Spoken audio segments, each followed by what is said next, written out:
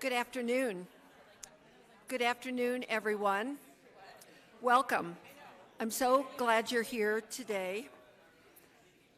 I want to welcome you all to the September 14th meeting of the General Obligation Bond Executive Committee. And with that, I'd like to call the meeting to order. And let's start by standing and pledge of allegiance to the flag. I pledge allegiance to the flag of the United States of America and to the republic for which it stands, one nation, under God, indivisible, with liberty and justice for all.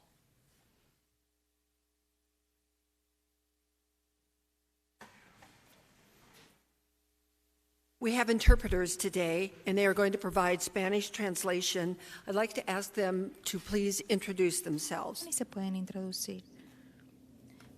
Thank you, Madam Chair. Good afternoon. My name is Elsie Duarte, and along with my colleague Mario Barajas, we will be servicing as interpreters in today's meeting. I will now introduce myself to our Spanish-speaking audience and review some guidelines. Buenas tardes, mi nombre es Elsie Duarte y junto con mi colega Mario Barajas estaremos sirviéndoles como intérpretes en la reunión de hoy.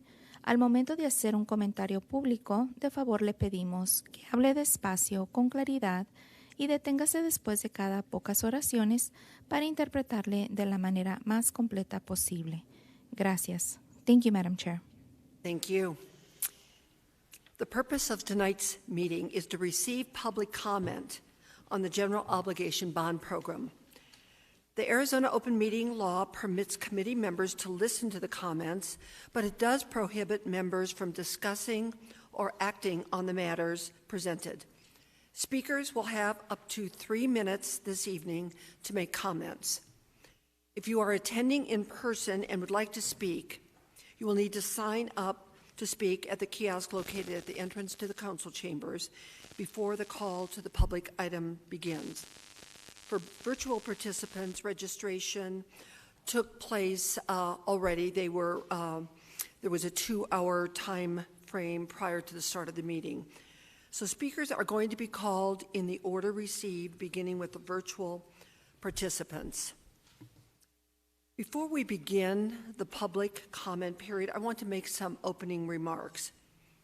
This is the city's first Go Bond program since 2006, and there are countless needs throughout the city. The committee's task is to identify the most urgent of these needs and to recommend the $500 million bond program to the City Council. The City Council will ultimately decide what is presented to voters on the November 2023 special election. Hearing from Phoenix residents on what they would like to see in the next Go Bond program is essential, and it is a priority of the City Council. The evening's public hearing has been scheduled and dedicated for this purpose.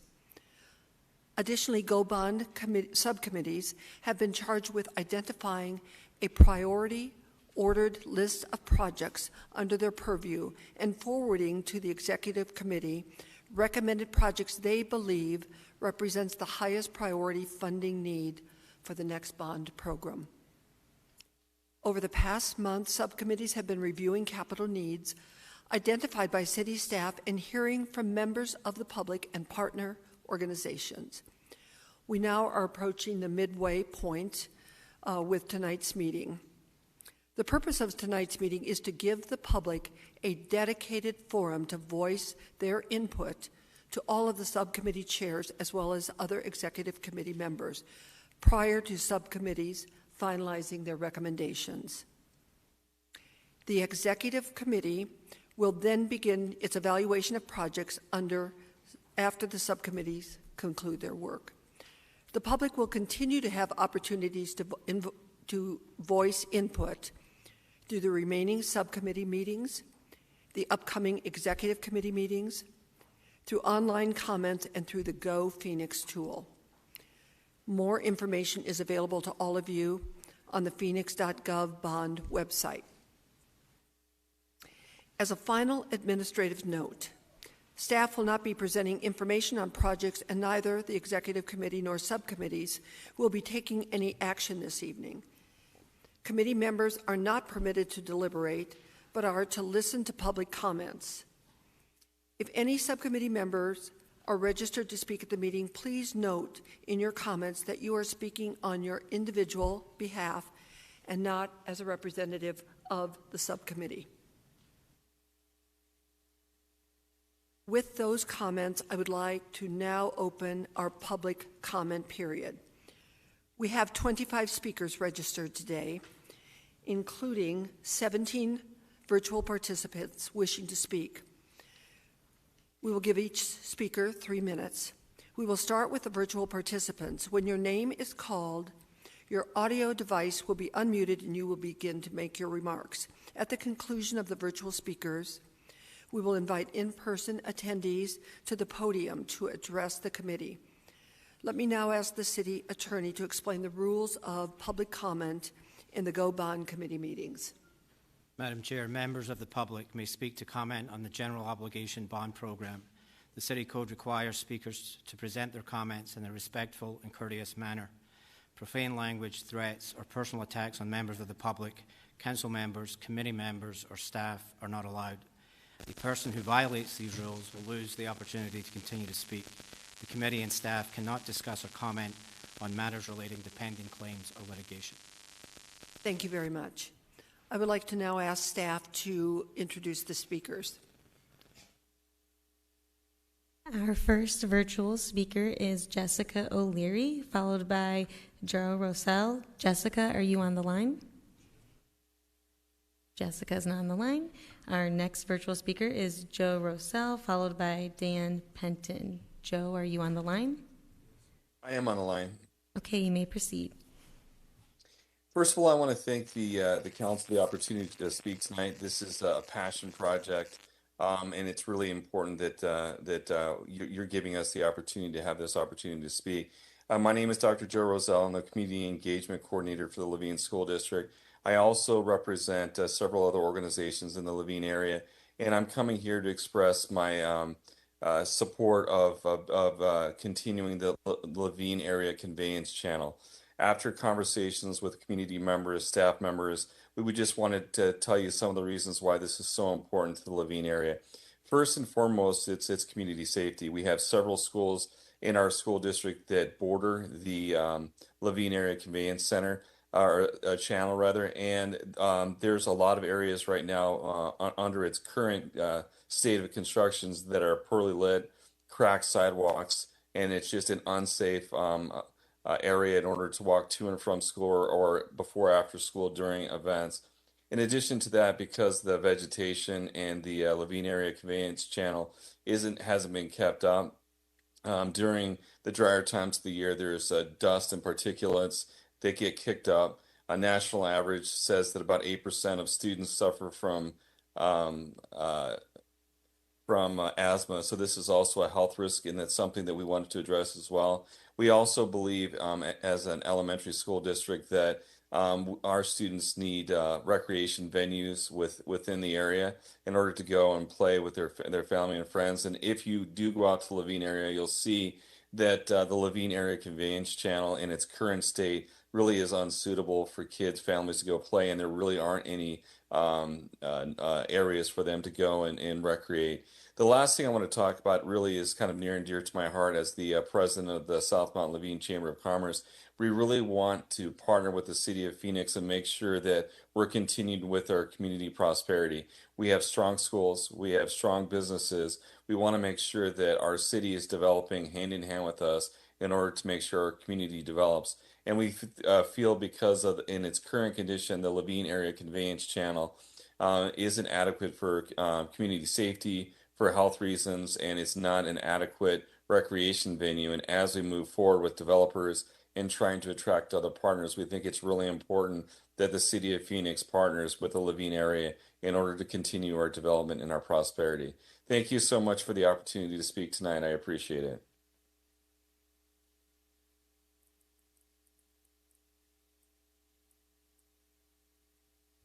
Thank you, Joe. Our next virtual speaker is Dan Penton, followed by Rebecca Pereira. Dan, are you on the line?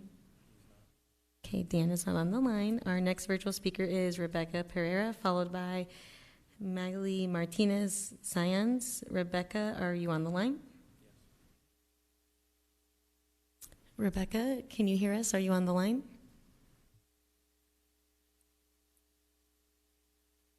Rebecca, you're unmuted. Can you just tell us if you can hear us and if you're on the line? Okay, we're going to move on to our next speaker, which is Magali Martinez Science, followed by Jean Shulman. Magali, are you on the line?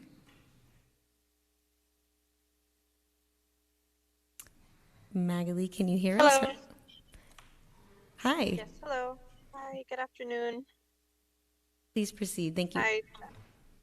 Thank you. Hey, so my name is Magali Martinez Sainz. I live close to Levine and often drive in and out of downtown Phoenix for work, and kind of often pass by and see a lot of the issues that our city's facing with infrastructure and things like that. And I just really wish that you guys would kind of help to invest these funds into making sure we can get to work and back safely, that our roads are taken care of, and that the people that are also living on the side of the road are also taken care of.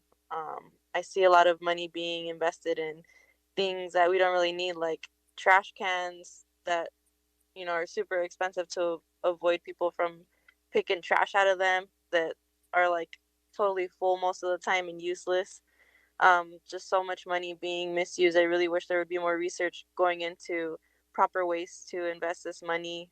We all pay a lot of money into taxes to make sure that our residents are taken care of. Inflation is really bad. Haven't really seen much coming out of this chamber to really help like families, preventing homelessness and stuff like that. I don't know how many times I refer people to the 211 number and they say, you know, there just aren't enough resources out there.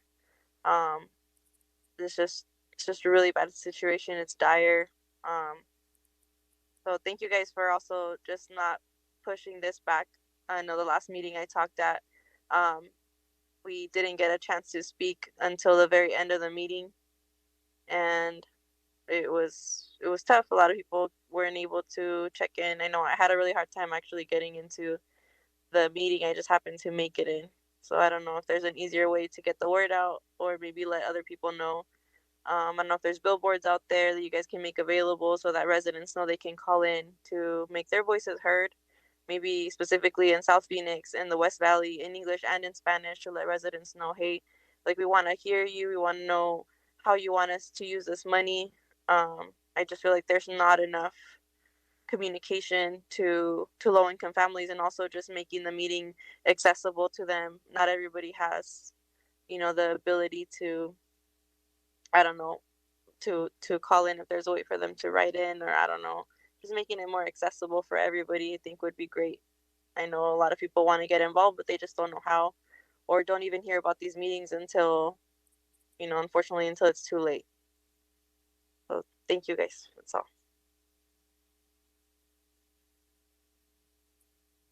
Thank you. Our next virtual speaker is Jean Shulman, followed by Julian Zepeda. Jean, are you on the line?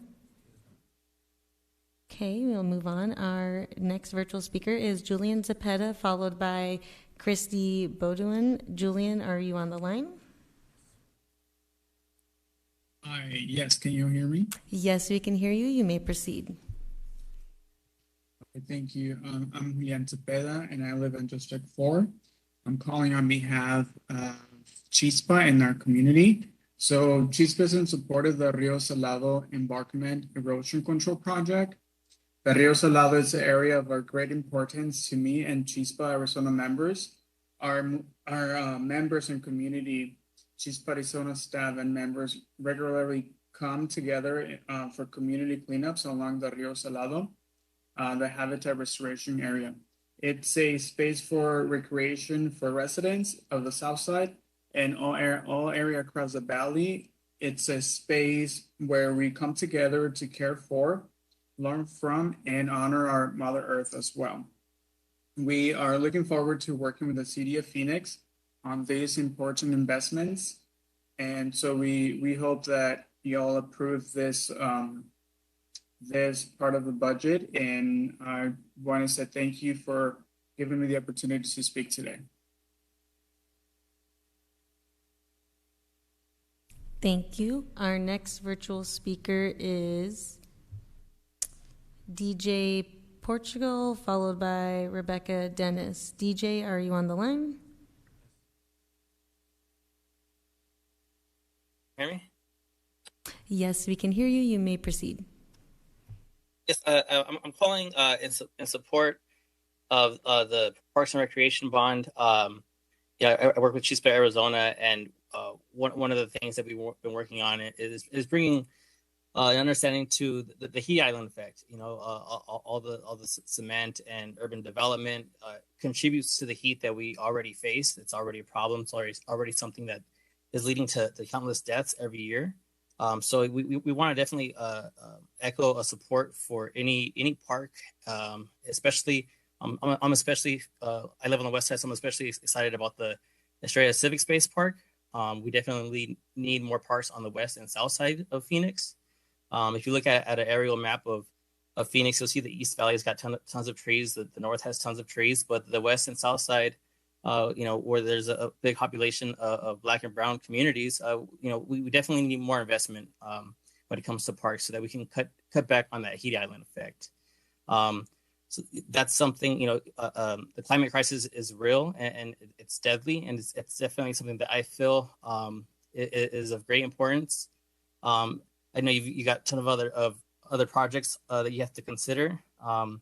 Something like a fuel tank replacement project for the city's police fleets doesn't seem as dire of a need when you consider that the climate crisis is literally taking people's lives. So I just wanted to really encourage the committee, the chamber, to consider proactive projects that'll support life rather than something as mundane as a fuel tank replacement project. Thank you.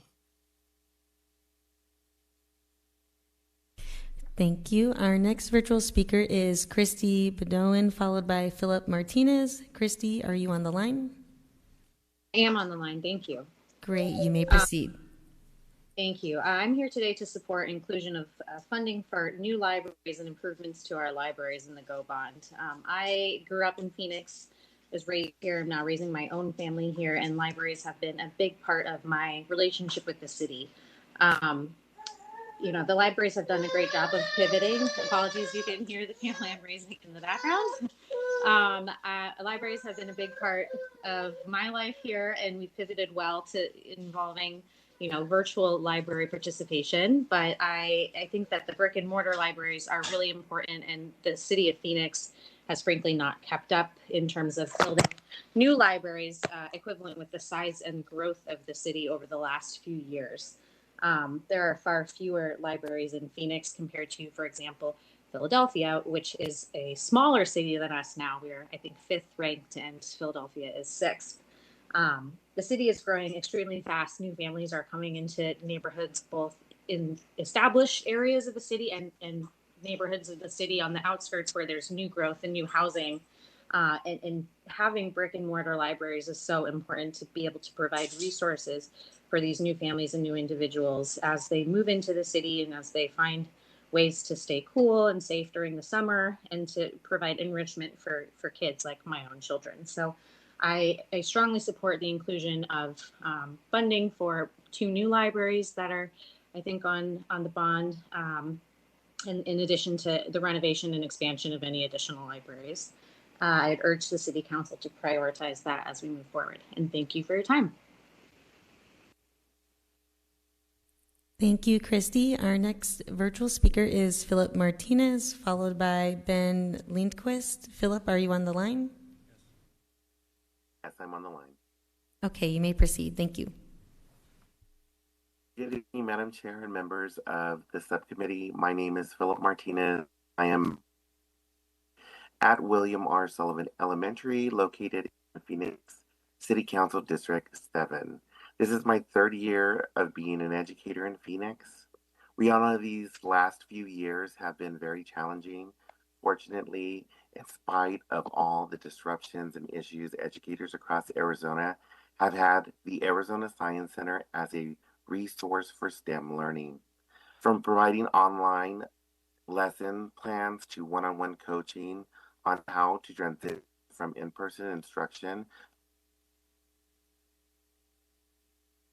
the center has been an amazing resource. As an educator, we've watched as students in Arizona and across the country have suffered as a result of disruptions in learning. The professional development the Science Center provides helps educators across the valley as well as the state as they work with students to recover and thrive. Making STEM learning fun, dynamic, and cutting edge does not happen by accident. I count on the center to help me bring activities that inspire and educate. We owe it to our students for them to explore the wonder of STEM both as a potential career path and as a way to approach everyday problem solving and creating the next generation of scientists, engineers, and innovative thinkers. Now is the time to offer support to teachers and educators across the state through your support of including Arizona Science Center in the 2023 Go Bond proposal. I've benefited so much from the STEM teaching sessions at Arizona Science Center and know that the demand is only growing. Educators need support now more than ever. Anything we can do to help the Science Center support educators and the professional development is a win for Arizona students everywhere. I humbly request support of the Arizona Science Center's $6.8 million proposal be included in the prioritized proposed project list for the Parks and Recreation's 2023 Go Bond proposal. Thank you for your time and consideration. Thank you. Our next virtual speaker is Ben Lindquist, followed by Nubia Briseno. Ben, are you on the line? I'm here. Can you hear me? Yes, we can. You may proceed. All right. I appreciate it. I call in today as a citizen of the city of Phoenix, but also as the vice president of United Phoenix Firefighters. I want to make sure that I don't discount any of the other items on the bond proposal. I think everyone's made it clear that there are a lot of needs that this thing addresses, and I think all of them are great causes. So I think more what I'm here to do is just, to try to help educate the citizens on what it is that they're facing or what they can expect when it comes to their fire department response. The firefighters I represent and the members that I work with out of fire station, we all signed up to be able to help people in their time of need when they call 911, that we're able to get there in a timely manner and help them in their life or death scenario. For years, we've been asked to do more with less for, understandable reasons with everything that the city's been through with recession and all the other things that have come up. As we've been asked to do more with less, we've simply said, hey, we got it. Because that's firefighters, that's what we do, is try to be problem solvers. But unfortunately, I think the message that we are now having to relay is we just simply don't have it anymore. The city has grown to the tune of hundreds of thousands of people. In that time, in the last decade, we've added one fire truck and one fire station, maybe roughly 20 firefighters or so. In our business, seconds and minutes matter. And right now, those seconds and minutes are continuing to grow. The NFPA standard for our response time is 5 minutes. We're at nearly 9. As our city continues to grow outward and upward, that response time is going to continue to go up as those numbers increase. Again, not trying to discount anything that anybody else has in the bond proposal. I just think it's worth noting and worth, letting the citizens know what it is that they may not be getting from the fire department when they call 911 for their medical emergency, for their loved one, or for a fire emergency. I appreciate your time. I thank you for letting me speak. And my ask, I guess, or request would be just to consider fully funding the fire department's request in the bond proposal. Thank you.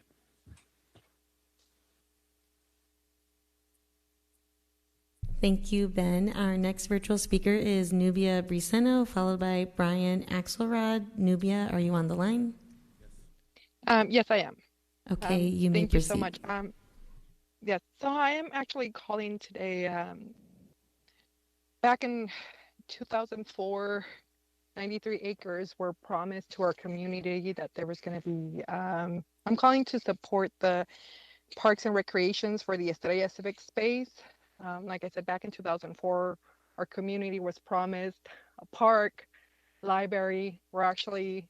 We see the signs that our fire department is coming, but we are in dire need of having that recreational space where we can have that park, that library, where our community can come and participate and go and enjoy it. And again, it was allocated back in 2004. It's been a few years now that we're still waiting for those spaces, amenities to come to our community. So hopefully the Estrella Civic space can be part of that 12.3 million.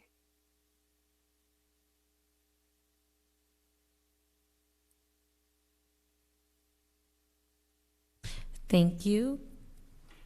Our next virtual speaker is Brian Axelrod, followed by Rebecca Davidson. Brian, are you on the line? Yes, I am. Can you hear me? Yes, we can. You may proceed. Thank you for giving me the opportunity to speak tonight. I am a resident of Ahwatukee. I have lived there with my family for approximately 25 years. My parents live out there, and I have in-laws that live out there as well. I am also a firefighter, and I've been a member of the Phoenix Fire Department for 25 years. I also work in Ahwatukee, and this bond proposal to get stations is very important. So I'd like to start off by talking about the southwest part of Ahwatukee and the response times. We have the NFPA standards, which is the National Fire Protection Agency, recommends that, or their standard is for EMS calls to have a 5-minute response time for engines and ladders and 10 minutes for ambulances. And from working at a station in the southwest part of Ahwatukee, last week we had a young man that had a cardiac arrest, that the closest engine was on a call and the closest ambulance as well. So the next closest engine was coming from 40th Street in Chandler with an 11-minute response time. The ambulance had come from Baseline and 40th Street with a 19-minute response time. So what I'd like to talk about is how important it is, and again, to piggyback on everything else other members have talked about, all the libraries, everything is very important, but this topic is very near and dear to me, is getting the response times down. Minutes matter in these EMS emergencies, and we have huge response times in that southwest part of Ahwatukee. There's a fire station that has been in the works for years on 19th Avenue in Chandler that keeps getting postponed. I am here to request that we immediately talk about getting that station put up so that we can have response times closer to the standards that have been set for our citizens, and that also affects my family as well. Thank you for your time and consideration for this topic. Thank you, Brian. Our next virtual speaker is Rebecca Davidson, followed by Rebecca Dennis. Rebecca Davidson, are you on the line? Hi, yeah, can you hear me? Yes, we can. You may proceed. Hello, my name is Rebecca Davidson. I was born in Mesa, Arizona, and I'm currently studying my Bachelor of Arts in Sustainability at ASU. This is important to me because Phoenix continues to face hotter temperatures due to the climate changing. I'm asking the City of Phoenix to create cooling corridors to provide heat mitigation in the city. Last year, the Phoenix metro area hit a devastating number of 510 heat-induced deaths. This issue is affecting Black and Latino communities, creating an unjust environment, and I ask that you protect our future by prioritizing the sustainability and safety of our communities. Thank you for giving me this opportunity to speak on this important topic.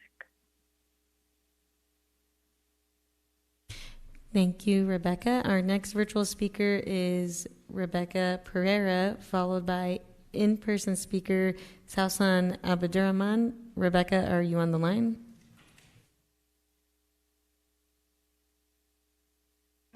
Can you hear me? Yes, we can hear you. You may proceed. Hello. Okay, great. Thank you so much for your time. My name is Rebecca Pereira, and I'm a resident of the Levine community in District 7. I'm also calling in support of the Parks and Recreation Go Bond project. Especially, I'm calling in support of the $4.9 million for the Levine Area Conveyance Channel. This is a 5.5 mile long park. It's the backbone of Levine. It connects the community, the schools, the parks, the retail. I love riding my bike up to Starbucks. It's about 4.4 miles round trip, and it's great exercise. It's got views of the mountains, rural agriculture heritage. It actually has the only remaining turn of the century Sears catalog house in the city off of the conveyance channel. It's home to a variety of urban wildlife, including the endangered burrowing owls. I've sent my comments in writing, and I hope you're able to see the virtual tour I put together of this park.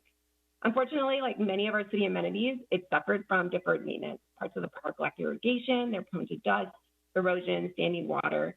The walking paths lack shade, places to sit. They lack lighting, which provides opportunities for illegal activity to happen. The park lacks safe pedestrian crossings at major cross streets. This project is currently designated as non-priority, and I hope you consider adding it to the priority list. It has no additional ongoing operating costs. Thank you for your time and your consideration. I apologize. We have one more virtual speaker, Rebecca Dennis. Are you on the line? Hi, yes. Can you hear me? Yes, and I apologize. I passed over your name by mistake. You may proceed. Thank you. So first of all, one of the things that I just noted as I had been skimming through the 124 pages of this proposal was that in the differentiation that you all have between what you have prioritized versus what you have defined as things that are for the future, I didn't really see rationales or any of that language in these reports to indicate why you prioritized those categories in each subcommittee versus the other things that you had listed as priorities for the future. For instance, under the the environment and sustainability subcommittee, I'm here in support with Chispa, Arizona, to advocate that we not invest money into the replacement of those fossil fuel tanks. As I believe it was the chairman mentioned, the last bond we had was in 2006. So that was 16 years ago. And I'm just curious why that wasn't a priority then.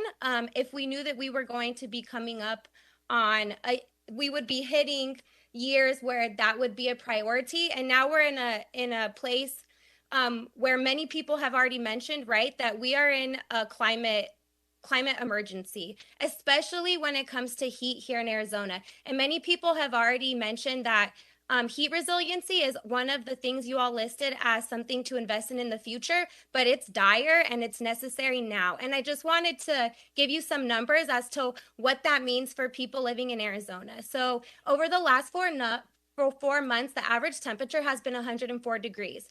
That temperature on the sidewalk is 149 degrees, and that temperature on the asphalt is 162 degrees. So we're talking about people that are walking to work, that are waiting for public transportation, that are just walking to the grocery store, or they're walking in areas where there is no shade. And I know that there is a shade and a tree plan that the city of Phoenix has been waiting on, and I want to know why that wasn't prioritized in this plan, because it should be. Communities in South and West Phoenix, there's factual research that shows that these communities are 2 to 3 degrees hotter than areas in North and East Phoenix. These are also communities that there's the Browning areas, or the areas that have historically been the places where we've had landfills and things like that. These are also those same communities, right? These are communities with Black and Brown folks. We just heard Chispa Arizona also talk about the Rio Salado redevelopment project, right? And I just wanted to know also if we're involving our indigenous community in that planning. Are we reaching out to those people as the communities that are the original stewards of this land? I think it's very important because those lands are also sacred to them, that we are reaching out to them. And so I would just highly encourage that you all are more intentional and thoughtful and allow more, just report more and rationale around your decisions, please. Thank you. Thank you, Rebecca. Our next in-person speaker in upper council chambers is Sausan Abdurrahman, followed by Vania Guevara. Hello, everybody. My name is Sausan Abdurrahman, and I'm here today representing Chispa, Arizona as well. We're opposed to the fuel tank replacement project under the Environment and Sustainability Bond, which invests $5 million of crucial environmental funding towards replacing fossil fuel tanks for city fleet vehicles, notably among them police fleets, specifically in South and West Phoenix. Instead, we are asking this committee to recognize the responsibility you have as members of this body to prioritize environmental funding for projects that impact Phoenix residents the most. We must prioritize and fund heat resiliency projects as listed under future capital needs because it is a crisis with extreme urgency that cannot wait. Extreme heat is killing people on the streets of Phoenix today, and the number of deaths and temperatures are increasing each year.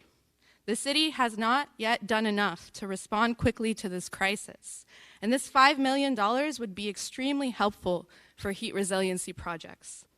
Additionally, in line with the goals of the city of Phoenix to shift to clean energy, if the city is spending money on city fleets, they should not continue to invest in fossil fuel tanks and instead prioritize shifting the city fleet to electric vehicles. We noticed that this project specifies investments in police precincts in South and West Phoenix, which we know are parts of our city with the worst air quality currently. We don't need investments resulting in more tailpipe emissions in our neighborhoods. I'll close with this. The Phoenix Police Department has a budget of over $800 million and is also under investigation by the Department of Justice for corruption and violations of civil liberties. On top of this funding, this $800 million budget, public safety has its own bond. I asked the Executive Committee and the Sustainability Committee leadership that is present here today to recognize the responsibility that you have in your hands and to hear what the community is asking of you. We are saying no to environmental funds going towards police fossil fuel tanks. We are saying yes to environmental funds going towards heat resiliency projects. Thank you for your time. Thank you. Our next speaker in upper council chambers is Vania Guevara, followed by Ainsley Ramsey. Yektutak Muchiameheme Vania Wanazuntugai Guevara. I am a Nahuatl descendant of Cuscatan, which is modern day El Salvador, and I share that to acknowledge and recognize my indigenous ancestry. I'm here to speak with you all on behalf of the members that I work with in Chispa, Arizona, to really reiterate what my colleague just shared about investing in fuel tank replacement being prioritized over heat resiliency projects. It's a fact that many of you work in communities where families rely on public transportation in the extreme heat. They need the bus, they walk to work, they walk to school, and that has to be prioritized because I'm sure you're well aware it's a health crisis. Extreme heat is one of the leading causes of deaths among natural causes in the country, and it's happening right in our own backyards. I want to please have you consider uplifting the voices of the communities you work with who don't have the privilege that we all have to be out here at 6 o'clock in the evening, and to also recognize that clean air is also a priority, and that, you know, when you're investing in fossil fuels and fuel tank replacement, this project specifically, I think, is looking at areas in South and West Phoenix and for potentially the next 30 years, and these areas are already subject to horrible air pollution, air conditions that result in asthma among our communities, with our kids. So please consider that, and I believe fully that that should be prioritized over fuel tank replacements. I also want to talk about the importance of Vision Zero, complete streets, and making sure that we have safe bike lanes, access to public transportation. I personally rely on being outside and using my bike to clear my head, and I rely on it as a form of therapy. If my mental health isn't okay, no one around me is. People appreciate me a little bit better when I can clear my mind after a bike ride. Let's just say that. But I will say I live along 27th Avenue to get from my neighborhood to my parents' neighborhood, and every single time I do, I feel like I can get hit. But I weigh the cost, right? I'm like, this bike ride is really important to me. I had a rough day, but I risk getting hurt. I definitely couldn't take my nieces or any family members with me. So I just want to talk to you, just highlight that importance. Again, just to go back a little bit, I know every time we have the conversations about EV, electric vehicles, we keep getting the excuse that the technology and the infrastructure isn't there. Please consider making it a priority and have those conversations now. And I'll just end with giving a shout out to committee member Eli Perez, who I believe sits on the Parks and Rec Board, who recommended that this meeting be available at 6 p.m. so that it's accessible to our community. I also want to acknowledge and thank committee chairperson Ginger Torres. I was here at the Monday meeting, and honestly, it was probably the first time I felt that our members came and spoke and our questions were heard. I felt like I was seen, and that was very refreshing. So thank you so much for really hearing us and asking staff the questions that were needed to have our issues concerned. Having our concerns addressed. Thank you so much for your time. Thank you very much. Our next speaker in upper council chambers is Ainsley Ramsey, followed by Anita Thiessen, and I believe we have some handouts that will be going around for the speaker. Good evening. My name's Ainsley Ramsey. I graduated in May 2020 from ASU with bachelor's and master's degrees in actuarial science. I'm also the founder of Piece of the Pie, an annual fundraiser to benefit STEM education for Title I elementary school students and raise awareness and support for the role of women in the STEM field. I also grew up visiting and volunteering at the Arizona Science Center. I know firsthand how the Arizona Science Center can help inspire a young student. I am here today to request your support of Arizona Science Center's $6.8 million proposal to be included in the prioritized proposed project list for the Parks and Recreation 2023 Go Bond proposal. The importance of STEM education to our nation's future cannot be overstated. As a woman working in the field of STEM, I am driven to provide the opportunity for Arizona children to discover and deepen their passions for science, technology, engineering, and mathematics. Research tells us the vast majority of STEM learning happens outside the classroom, making learning laboratories like Arizona Science Center so important in developing the next generation of innovators, problem solvers, and thinkers. Arizona Science Center's requested funding would assist in revitalizing guest experience and safety by upgrading and expanding the 25-year-old facility's galleries, features, systems, and amenities. Ultimately, shoring up existing infrastructure to better serve students, educators, and families.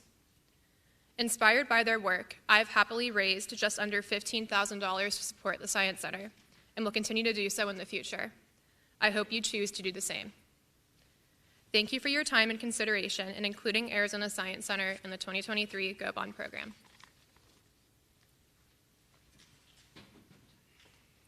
Thank you. Our next speaker in upper council chambers is Anita Thiessen, followed by Lisa Glow.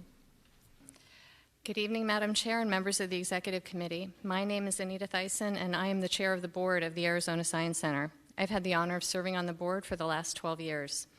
I am pleased to be here today on behalf of our 46 board members, our partners in education, tourism, and others in the city of Phoenix, along with the hundreds of thousands who we engage with every year.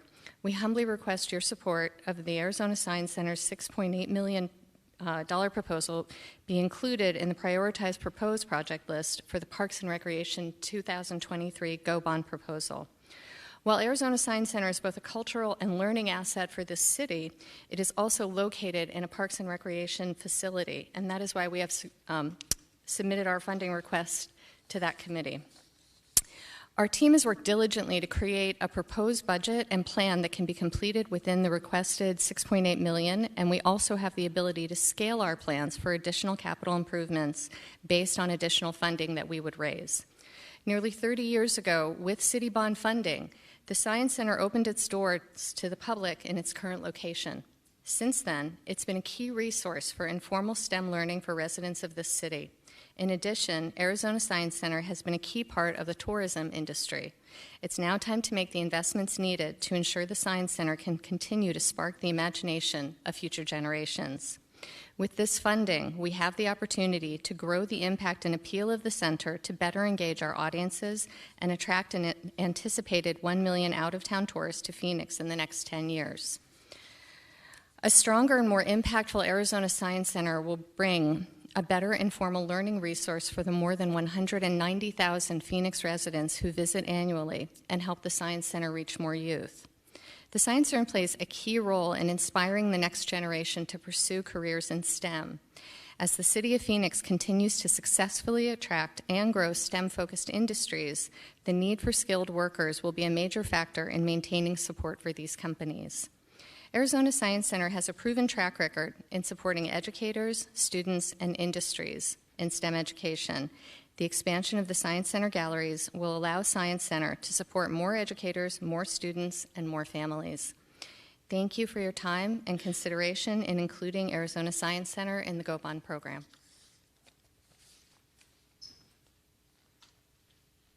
Thank you. Our next speaker in upper council chambers is Lisa Glow, followed by Mary McGillicuddy.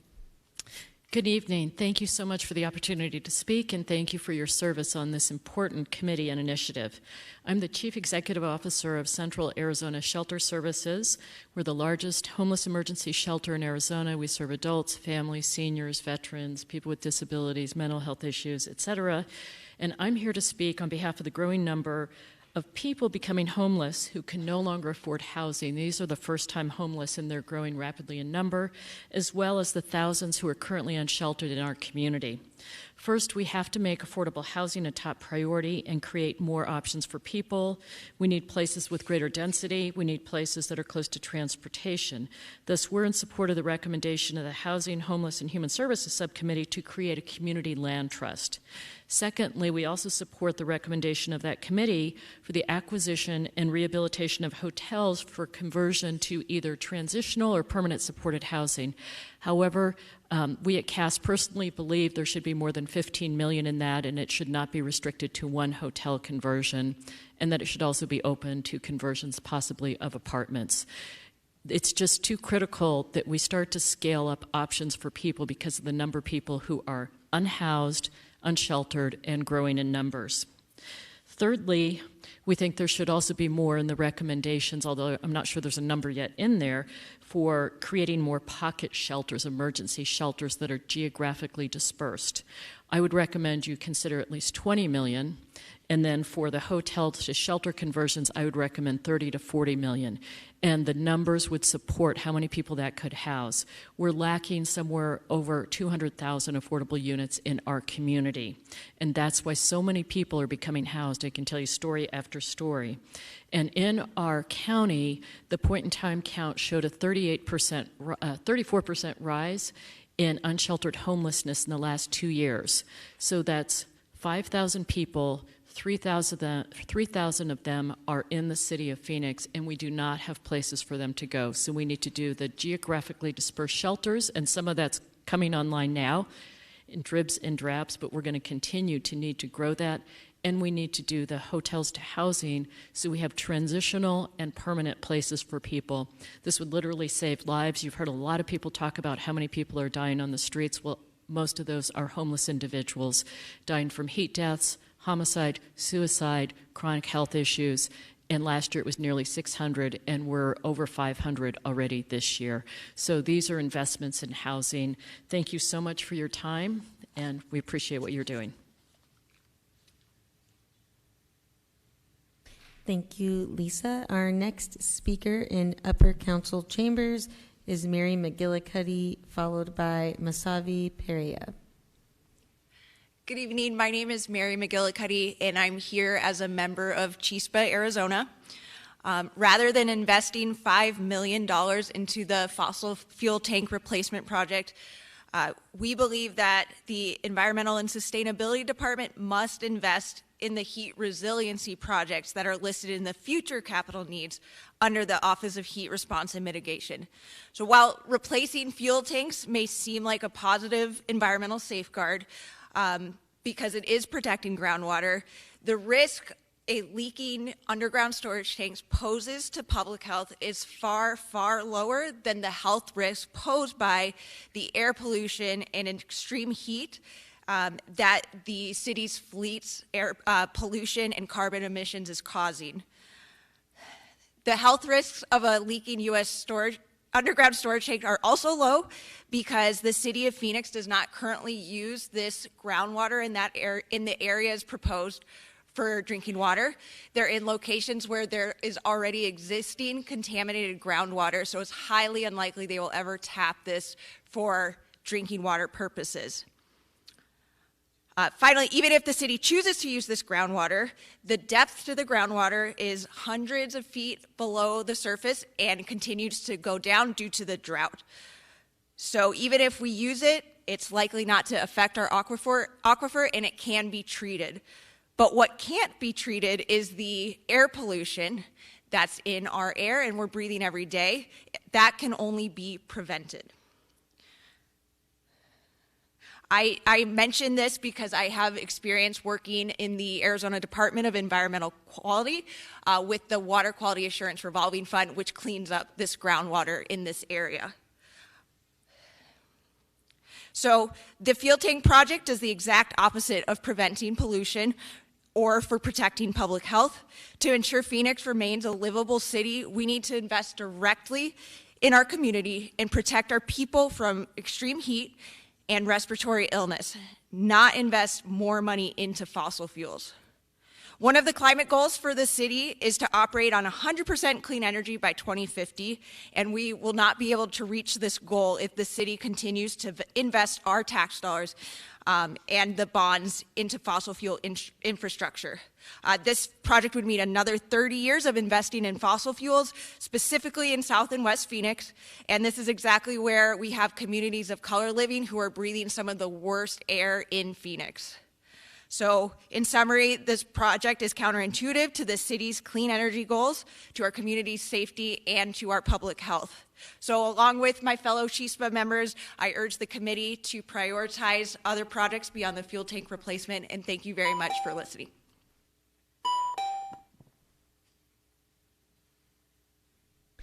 Thank you. Our next speaker in Upper Council Chambers is Masavi Perea, followed by Brian Willingham.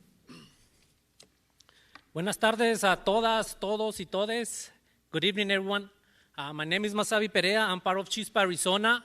I'm a Phoenix resident, and I'm a park lover. So the first thing that I want to say is I want to thank you for the investment on Pueblo Grande and for some mountain projects. I think those are very needed. But also, I want to remind you that in areas most affected by heat islands, there is no investments. There are no new parks in historical areas such as South Phoenix, Maryville, or Sunny Slope. Very significant parks for the Latinx community such as El Oso, Maryview, Cielito, Circle K. They need a lot of help. Those parks, they need a lot of help. And also, we need new parks. Our city is growing, we have more residents, but we have the same parks. We are a more density city, and people need, it's a natural thing, we need more parks.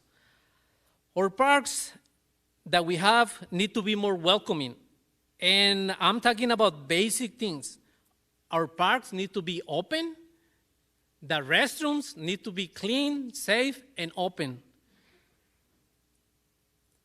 We have an opportunity this time for more welcoming parks in areas that are needed, such as South Phoenix, Maryville, and Sunny Slope. I ask you to please review the parks that are needed because our community is growing, but also our necessities are growing. Thank you.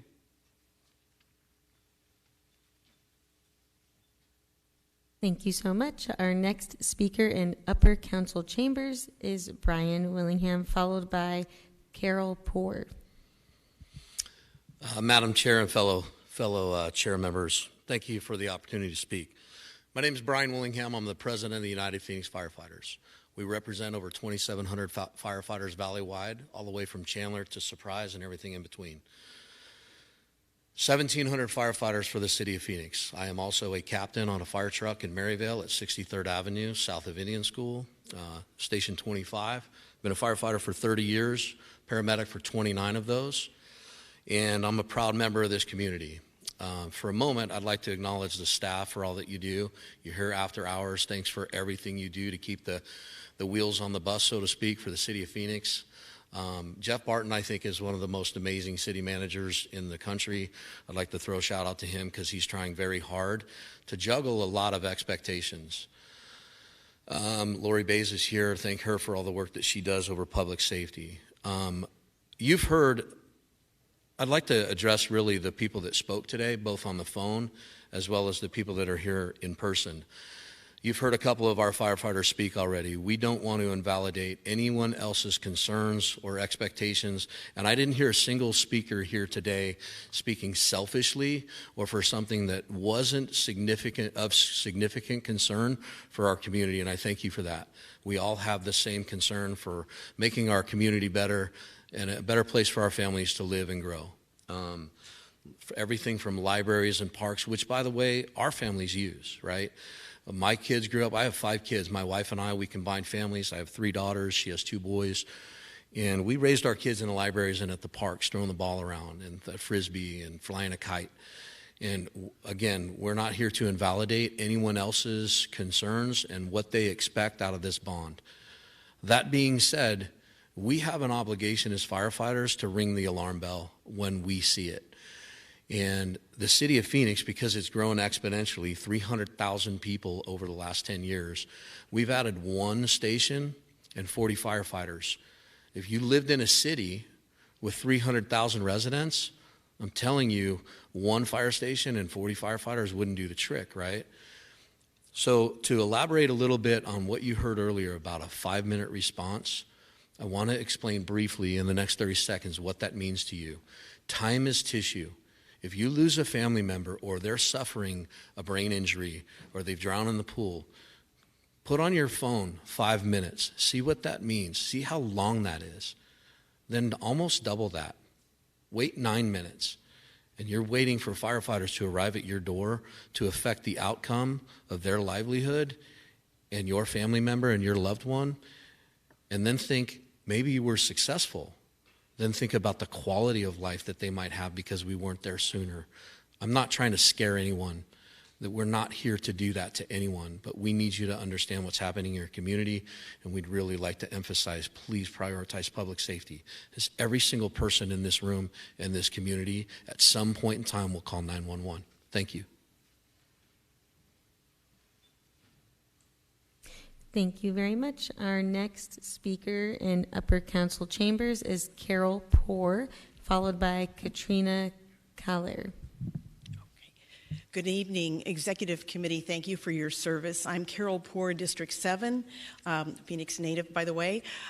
First of all, I am a board member and immediate past board chair of Friends of Phoenix Public Art. We work hand in hand with the City of Phoenix Office of Arts and Culture, and we are so pleased, and I'm speaking as a board member of that organization and as a resident, that there is a 1% of the bond committed to public art. And I want to thank you, because public art is so important for our city. It creates a vibrant city in all of the different districts, in different neighborhoods. Down the street, across from ASU, Her Secret is Patience, that lovely net that lights up at night, and it almost has become an emblem of our city. Our airport that has the most amazing art is the most beautiful airport, I believe, in the United States, and one of the best in the world. All it takes is to go to a few other airports in different cities where all you see is bland walls. You don't see any art or anything. So I am very proud and pleased that you've designated 1% for this public art, not just to put new art up, but to maintain it. Just like we maintain a car, if something happens to an art piece or it needs to have a little refresh, the money can go to also maintain our assets, this beautiful public art that creates a culturally diverse, exciting city and also contributes to economic development when people come and visit and see what a vivacious city we have through our public art. Secondly, I want to thank you for your support for parks, and in particular the Margaret Hance Park. We've come a long way with public-private support for that park, creating revitalization there for all, for neighbors, for anyone that wants to come and enjoy that park. It's the longest green belt in our downtown area, similar to Central Park. So it's the Central Park of Phoenix. And I ask that we continue the momentum to finish the job with funding that supports the master plan, the vision for that park. It truly is a jewel in the crown. Finally, I'm not going to repeat what my colleague Lisa Glow said about the affordable housing and homeless, but living in downtown Phoenix, I've noticed a huge rise in our homeless, and I do support the multi-pronged effort to have strategies that address affordable housing, the community land trust, the various creative solutions such as conversion of hotels for housing and pocket shelters. Those are amazing, multi-pronged. I teach at ASU in public policy, public affairs, and we talk about wicked problems. Anybody in government knows a wicked problem is too big for one person to solve. And there's no real solution. There must be multiple solutions, or maybe the problem never really get solved, but it gets addressed. And I like the multi-prong because it's a wicked problem. And finally, thank you for the public process. It's been fantastic, online and in person. It's been great. Thank you. Thank you, Carol. Our next speaker in Upper Council Chambers is Katrina Kahler, followed by Corinne Goff. Thank you, Madam Chair. All committee chairs. First, I want to thank each and every one of you and everyone here for your public service. What a service you are providing the city. This is a challenge in front of you. My name is Katrina Kahler. I am the president and CEO of a nonprofit organization called ArtLink. We have been around near 35 years, based in downtown Phoenix to begin with, connecting with artists and arts and culture throughout the city. Today, I'm here with maybe 3 hats on. First and foremost is my ArtLink hat. Second, I'm also the chair of the PCA, Phoenix Community Alliance Arts, Culture, and Public Life Committee. Arts, Culture, and Public Life. So as you hear about arts and culture, rest assured that it absolutely affects our public life as well and benefits each and every committee represented here today. I am here advocating on behalf of the membership and the board of Phoenix Community Alliance. Phoenix Community Alliance advocates for all projects identified in the prioritized capital needs and future capital needs categories, as well as additional capital needs projects brought forth for GO bond funding and to increase funding for the arts beyond bond programs. In support of this advocacy, I'd like to also point out a number. I realize we're talking about the GO bond funding today, but obviously the arts and culture community relies heavily on annual funding made available through the city. We're talking about the number 0.3. Arts and culture currently receives $5.2 million out of a $1.78 billion budget from the city. In addition to that, the return on that investment, based on our last economic prosperity study, the return was over $400 million. That study was from 2015. Here we are in 2022. Arts and culture is still relying on the city's funds, public and private partnership funds, and it absolutely is relying on the funds made available through this GO bond project. We encourage you to think beyond the GO bond project, because the projects listed for arts and culture are absolutely critical. They need the funds. We encourage you to fund these projects. We think we should think beyond those projects. There are other projects not included in this list who require critical funding because they also serve the community at large. It is not just the artists who engage with these organizations, these events, and even these parks. It is the community at large that benefits. And speaking of parks, I also serve as the ArtLink representative on the Board of Trustees on the Hans Park Conservancy Board. Hans Park, as you know, has been identified for $17 million. We strongly encourage this committee to grant that request, commit to the completion of the revitalization of Hans Park as a symbol of a tremendous center and axis of arts and culture, a former mayor has recently mentioned, for the 5th largest city in the country. Thank you very much. Thank you. Our next speaker in Upper Council Chambers is Corinne Goff, followed by Coco Hunter. Good evening, members of the committee. Thank you so much for dedicating your time and your hard work to what I know is not an easy process. My name is Kieran Goff. I'm speaking tonight as a resident of my beloved hometown and director of the Applied Health Policy Institute at the Phoenix campus of the University of Arizona. I'm concerned about the priorities in terms of the allocation of the GO bond funding to the subject areas. In particular, the Environment and Sustainability Subcommittee has only been allocated $25 million, which is 5% of the total package. My institute spends time studying public health as it relates to the built environment, and in particular, we're extremely concerned about heat and the urban heat island effect in Phoenix. In light of this, we would like to see more funding allocated towards these efforts. In contrast to the 5% for sustainability, for example, a third of the total GO band package is nearly a third is dedicated to public safety, which I know that public safety in many of the other areas are very important, as some of our speakers tonight have so eloquently emphasized. But it's all moot if we're not in a city that is habitable and is a place where people want to live.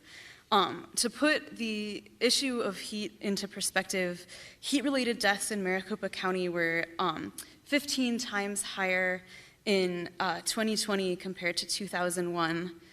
There were a total of 323 heat-related deaths counted in 2020. And this impacts the quality of life of every Phoenician. As many people have mentioned, certainly some areas more than others, some populations are more vulnerable to it, but it impacts all of us, and then of course the long-term habitability of our city. And mitigation efforts actually do make a significant difference. For example, one of the issues that others have spoken tonight is tree canopy, and on a hot sunny day it's up to 15 degrees cooler in the shade than it is in the sun, which is super important, particularly for people who rely on the bus or walking or biking for transportation. And these efforts are actually quite popular also. When a survey asked Phoenix residents whether they would be willing to pay $10 more per year for 10,000 more trees per year, 75% said yes. And finally, some of the projects that I have seen have had a more indirect impact in terms of kind of internal city operations, and so I would like to see efforts that target Phoenix's specific challenges more directly and the quality of life of our constituents. Thank you. Thank you. Our next speaker in Upper Council Chambers is Coco Hunter, followed by Susan Thompson. Good evening, everyone. Let's try that again. Good evening, everybody. Okay, I know it's a long night, but hey, we got this. So first and foremost, thank you very much for giving us a platform to speak. My name is Coco Hunter, born and raised in South Phoenix. I'm an old dog. I remember the dirt roads and the agriculture that used to be all over the place. Well, growing up, I had to live with my grandmother because my mother, who's a wonderful woman, was ill, and my biological, he just was not in the picture. So I didn't have parents to give me a hug and wipe my tears and say, hey, you know, wipe off my scar, or anybody say, boy, get up and do it again, or keep your eyes on the prize, or keep your eye on the ball. So as a kid, I didn't like myself. I don't even know if I loved myself. And that's probably because the two people that's supposed to show me what love is was not in the picture. Well, that little kid that didn't like or love himself ended up going to high school. And I liked myself even less because on top of all the other things, I was a 16-year-old with holes in his clothes. I was a 16-year-old with holes in his shoes. What do you think that did for my confidence? The number one thing that changed my life was the South Phoenix Youth Center. And it wasn't just about going there and playing games and hanging out. It was the life skills that they gave me that I still use to this day. They even gave me my first job. And I ended up working with the City Streets Teen Program. And I was working for the City of Phoenix Parks and Rec Department for 14 years. And I became an expert in identifying underserved communities that have teens and youth that are having challenges. And I'm going to tell you right here, right now, rec centers are the answer. And the community that needs a rec center the most is Esteban Park. Listen, those youth and teens over there are going through far worse things than I did when I was growing up. And you may wonder why a rec center is the answer. Well, if you need to measure what a rec center can do for a person, you're looking at it. Listen, I get paid to travel the world. I get paid to participate in the Olympics. I get paid to participate in the Super Bowl. I worked with the Phoenix Suns and the Phoenix Mercury. I met some wonderful, wonderful people. I was the assistant general manager for the Harlem Globetrotters and many, many, many more things. But most importantly, I'm a proud father of 2 kids. Now, would I be able to accomplish all of that if I didn't get the positive programming from a youth center? Well, check the statistics. That'll give you your answer right then and right there. So, once again, we need a community center, a rec center at Esteban Park. We need to save those youth and those teens. We need you. We need your support. We really do. Everybody, please have a wonderful and productive night.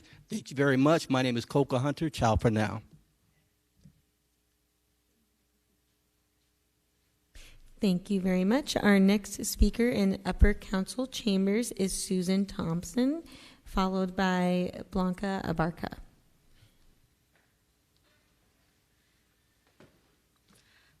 I'm short. Thank you. Vertically challenged.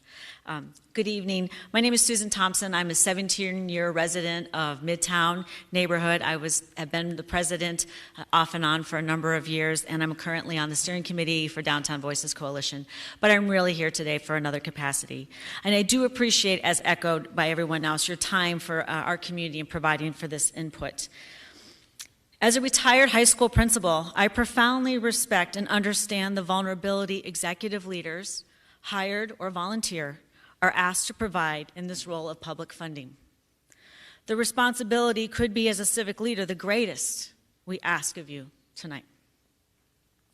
Without prejudice or vice, you are required by law, but even more so by your own conscience, to listen to all the facts, all the avenues in which they arrive to your desk, evaluate the priorities in terms of valued services, and most importantly, take the public's opinion for which these services rendered ultimately benefit or disable a particular component of the community.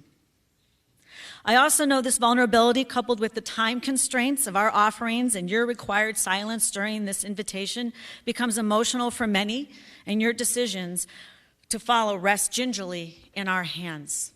So please know I come here with profound respect and detailed knowledge of the process in requesting funding for this bond cycle. What I didn't know is I had failed in my awareness of the dismal building infrastructure the Performing Arts Center is facing. Years of neglect, which I say without accusation. I am not here to point fingers. It was unnoticed even by myself, a student and community member of the center. PCA and their programming effectively protected its students from the challenges they have been facing behind the scenes since 2001. The building PCA resides in is a City of Phoenix property, one in which they could easily rent out to the highest bidder. Instead, the city envisioned a need for community arts education, and PCA is now a generational shepherd of local visual and performing arts who have a legacy, artists who have a legacy founded in its hallways, classrooms, and stages. So clearly the City of Phoenix, as its landlord to PCA, cares about its property and supports the profound need for affordable arts educations for K through senior citizen ages. So I stand here today apologizing I wasn't doing more to advocate not just for PCA, but for the citizens of our city. Clearly, based on the prioritized list, PCA was somehow missed in the initial request. And it's my responsibility to speak up.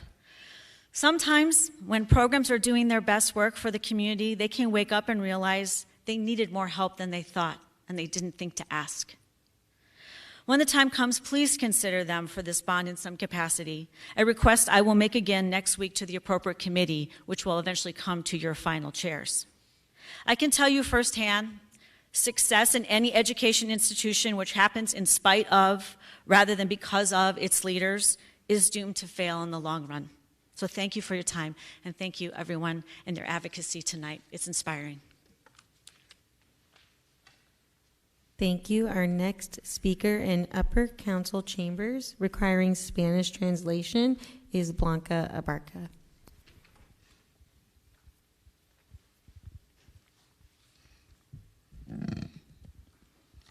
Buenas tardes a todos. Good afternoon to everybody. Apreciables señores del comité, mi nombre es Blanca Abarca.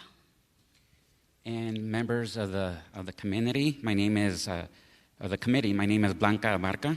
Vivo en el sur de Phoenix desde hace 22 años. I live in South Phoenix. I've been there for 22 years. Una comunidad muy vulnerable a comparación de otras comunidades del norte y este de Phoenix. It's a very vulnerable community compared to the north and east of Phoenix. Y no hemos pensado en los más vulnerables, los niños que se enferman de asma. And we haven't even thought about the most vulnerable, the kids. They suffer with asthma. La contaminación tan alta que a veces se presenta en ellos. And the pollution is so high that it affects them so much. Necesitamos que dé prioridad a los proyectos de resistencia al calor. We need you to prioritize heat resiliency projects. Estos programas tendrán un impacto directo en nuestras comunidades de forma positiva.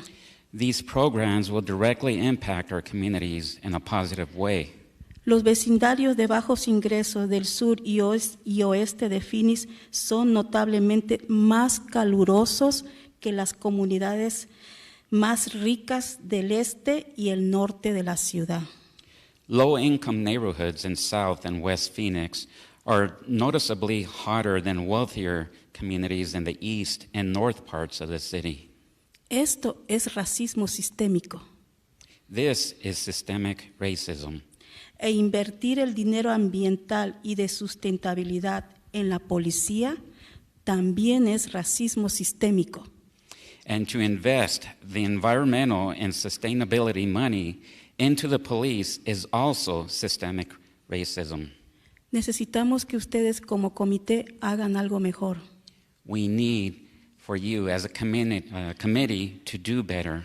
Por favor, den prioridad a los proyectos de resistencia al calor.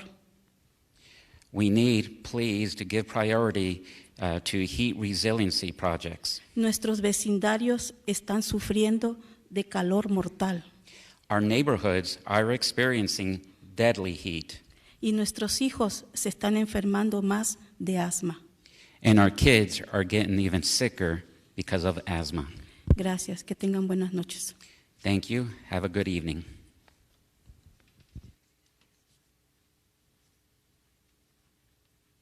Thank you. Our final speaker is Jennifer Longden, who will be speaking virtually. Jennifer, are you on the line? Thank you, Madam Chair. Can you hear me? Yes, we can hear you. You may proceed. There we go. Thank you, Madam Chair. I appreciate you and the committee for being here at this hour. My name is Jennifer Longden. I live in Council District 4. I am also a state representative representing Phoenix in the old 24, the new LD5 that goes basically from Van Buren up to Thunderbird. So I am here to speak in favor of additional funding for the Phoenix Fire Department.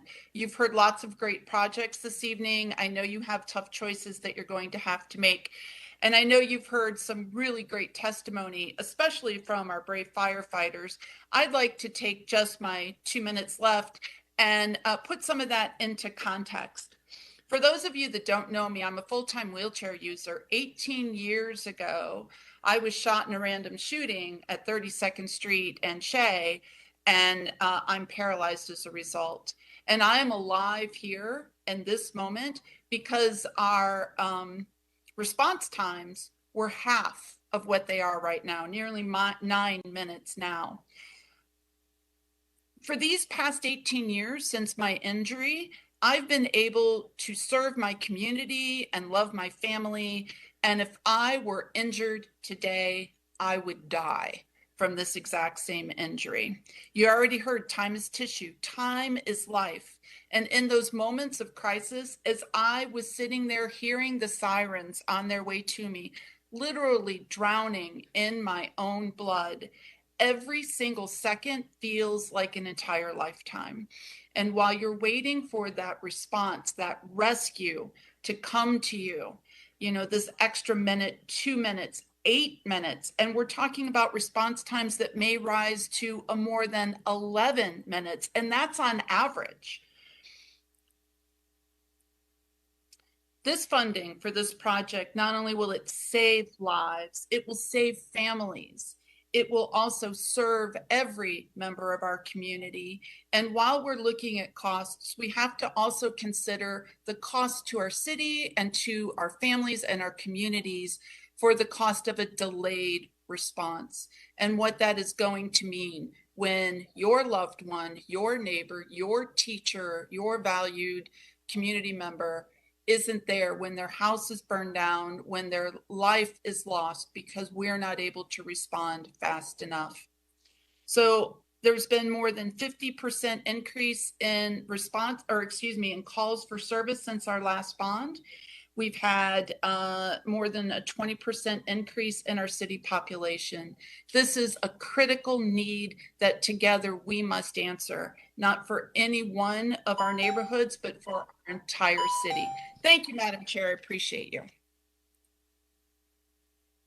Thank you very much, Jennifer. Madam Chair, that was our final speaker.